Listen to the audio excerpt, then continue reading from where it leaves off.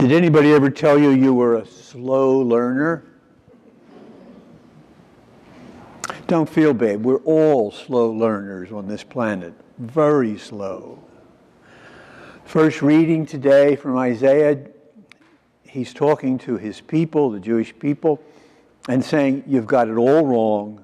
God is not just for the Jews. God is for everybody. That's the message in that short passage. Don't think you've got God cornered. He's here for everybody.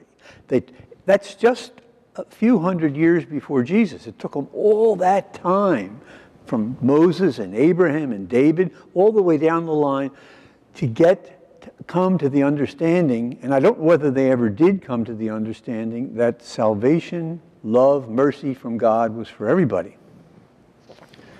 Well, then a few years after Jesus, Paul goes out and talks to the rest of the world, the non-Jews, as you know. That's how we got our faith, through the preaching of Paul initially, handed down to us. And he's trying to convince his people that the Jews are not the bad guys. He's saying if it wasn't for them, you wouldn't know about this merciful God. He said, you're like a branch that has been grafted onto a root to keep it alive. And then we have Jesus, who was the super Jew as far as we're concerned, and he really seems to turn off this woman from another country. Tyre and Sidon was outside of Israel, probably up around where Lebanon is today. And he said, I've only come for the Jews. Maybe he knew that they were slow learners and he didn't feel like he could spread out all his energy on everybody else. I don't know. But eventually, like his father, love overcomes him and he gives in and cures the woman's daughter. So that brings us down to today. And you open up the morning paper or you turn on the evening news and you find out that this kind of merciful love that the first reading was talking about and the second reading was talking about and Jesus was talking about, well, where is it? You know, it's not on the streets of Beaumont. It's not in Afghanistan. It's not in Syria. It's not in Ukraine. That's why the Pope has called for a world day of prayer, that nations will begin to come together in peace, because we're doing exactly today what we did exactly 100 years ago. We're killing each other, except today we're better at it. We can be more specific. You know, just get the bad guys. Well, that's not really working either, is it? Because most of the people being killed are civilians, non-combatants. So how do we get to where God wants us to be? Well, how do you learn how to love? You go to Love 101. Where's that? At Lamar? Don't count on that. It's where you were raised, and where some of you are about to start a new semester. Love 101.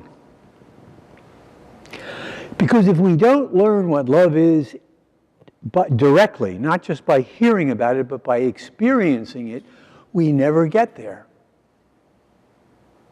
In our families, ideally, our parents showed us what love was all about. Now, love is not the Valentine type love. I don't mean that. I mean love which says, I'm going to dedicate myself to you for the rest of my life. I'm going to give my life for you for the rest of my life. It sounds like what Jesus did. He gave his life for us permanently. So you're the teachers, or about to be the teachers, and you better be prepping yourself for it. Because if it's not learned at home, it's not learned at all. Rarely. Occasionally somebody can meet a person who's so overwhelmingly dedicated to them, who loves them so much that it changes their life. But the normal course is to go to 101, Love 101, which is the family.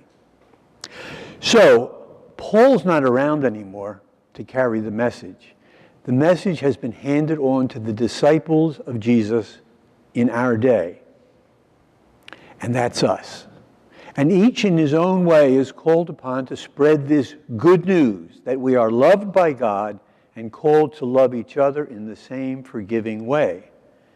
And just think, the more that way of living pervades the world, the less and less chance there will be of these violent clashes between cultures and civilizations.